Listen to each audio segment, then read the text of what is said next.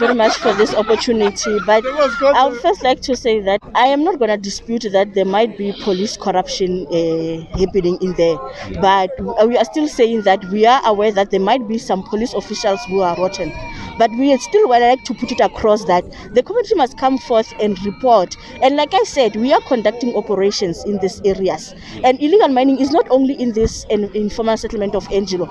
Across the province, we have different places. You go to Binoni, you go to Kagisho, you go to Rodeport, there are illegal mining activities. In the West Rand, there are illegal mining activities. For an example, in the West Rand, there was the same problem to say that there are police officials who were involved. The community, they came and they named and shamed those people. The cases were opened and those people, they faced disciplinary actions. So we are saying to them, report those people. There are alternatives where you can report anonymously. You don't have even to give your name. You call our 10111 08600 10111. You report anonymously. We have my subs app, which you can use if you don't want, you feel like, no, I don't want to be known that I'm the one who's reporting. Report on my subs app. The my subs app, you can download it on any Android cell phone. I know most of the people these days, they have smartphones, so you can download it on there and then you can report. And if you feel like that you are not getting assisted, we also have the standby duty number for the police complaints, which is at the provincial office. Then they can also contact that number. It's 082 444 2000. Noma ukuthi wawutholakala vela befuna ukuthi wabosha vela. Mina noma ukuthi bambambe nje ngikhona nje asi. Kuyafana kufa kuyiwani. Nje mina mushonile. Kuyafana noma ukubosha emaphoyisa mozwayeka labantu baphuma. Because maphoyisa badle nabo labantu. Kuyafana.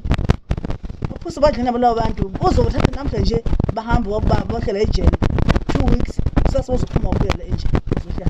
Kuyafana. Lo munikazi lezinto lezizoyenza la angahlela angahlela nje uzofika kumazwe ngeke la asuka hamba ayeke abantu babosebenza basebenza emasuthu nalaba amazinda yabo manje noma umtshela ukuthi nangu lo muntu izo phambili kwezolo bazile pha bozothatha izinto zabo lapha bahamba kuniphathe kanjani lokho noma wabona vele ngikhalile ngingwabheka nje ngiyokhala ngikhalile vele khulu vele ngikhalile vele ngiphile ngikhuluma into ngifunani museze muzofunani la ibantwana bethu bashonile ngize ngibuye lana na abangiphendulanga next bathula.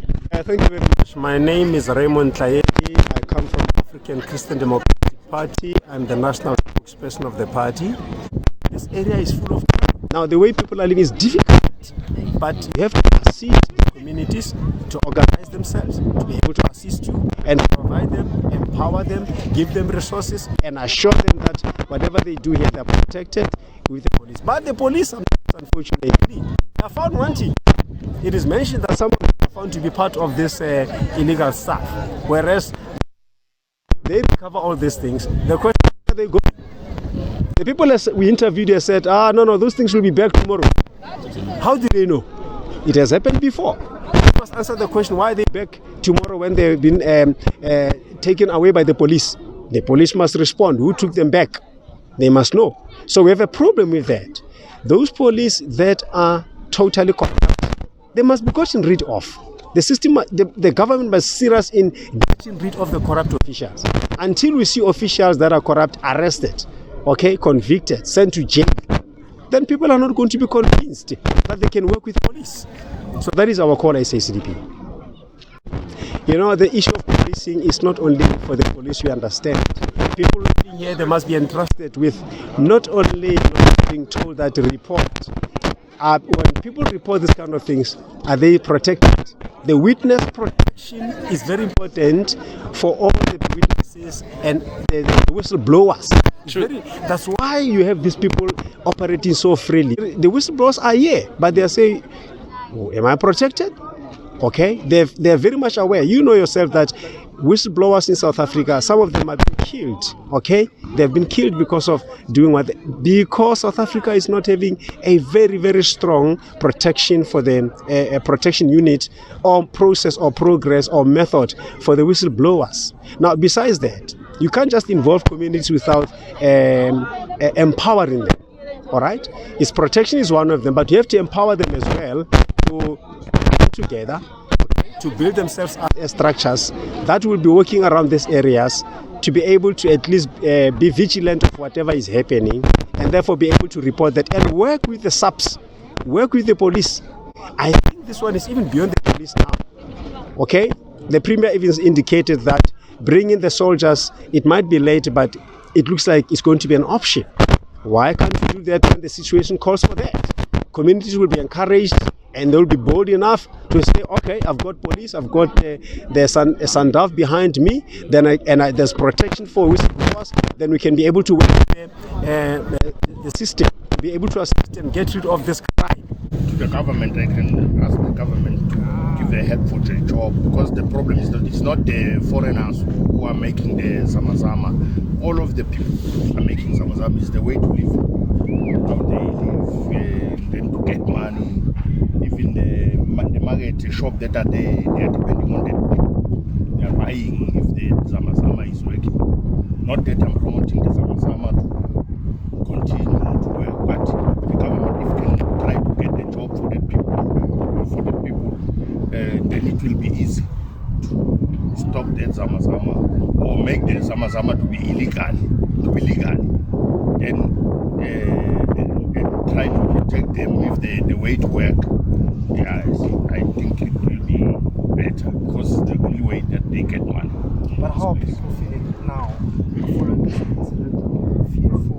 What is the sense among community? They are fear. They are fear because to see the people dying like this, it's not nice. Yeah, it's not a good thing. What is it? So it would make me to shock that because I was having the body of the people who were laying down, and it was too much painful. Yes, it was happened that day. And in terms of the investigation, are you getting any answers? Are you getting anywhere with the investigation? And do you know what's happening? No, the investigation, I don't know about the investigation, but it's only that one. They say one was passing to the people who were in the hospital, was the one who was working with the dead body, but was passing. Was no longer living. But the owner of the place is nowhere to be found. Fact of the matter is that there is a big economy around mining, and this area is still producing a lot of minerals. Now, government can bury its head in the sand, or we can then really fast track the issue of how do we then ensure that we regularize small scale mining. Tanzania does it and does it successfully, and I think it's one of those things that we now need to be talking to then say, who are these people that are mining? How do we regularize, mining that is taking place? And government can actually get an income from there. I think this is one of those things that we need to be talking to. We've been promised that there will be policing that is taking place. I can tell you right now, our police are not equipped to deal, with going into these holes and, tracking these people down underground.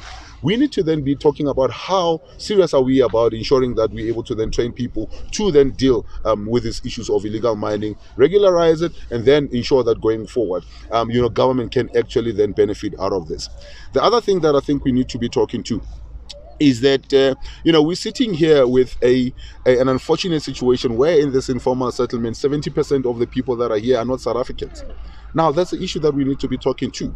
You cannot give them permanent stands. You cannot be giving them houses or anything like that. But what do you do?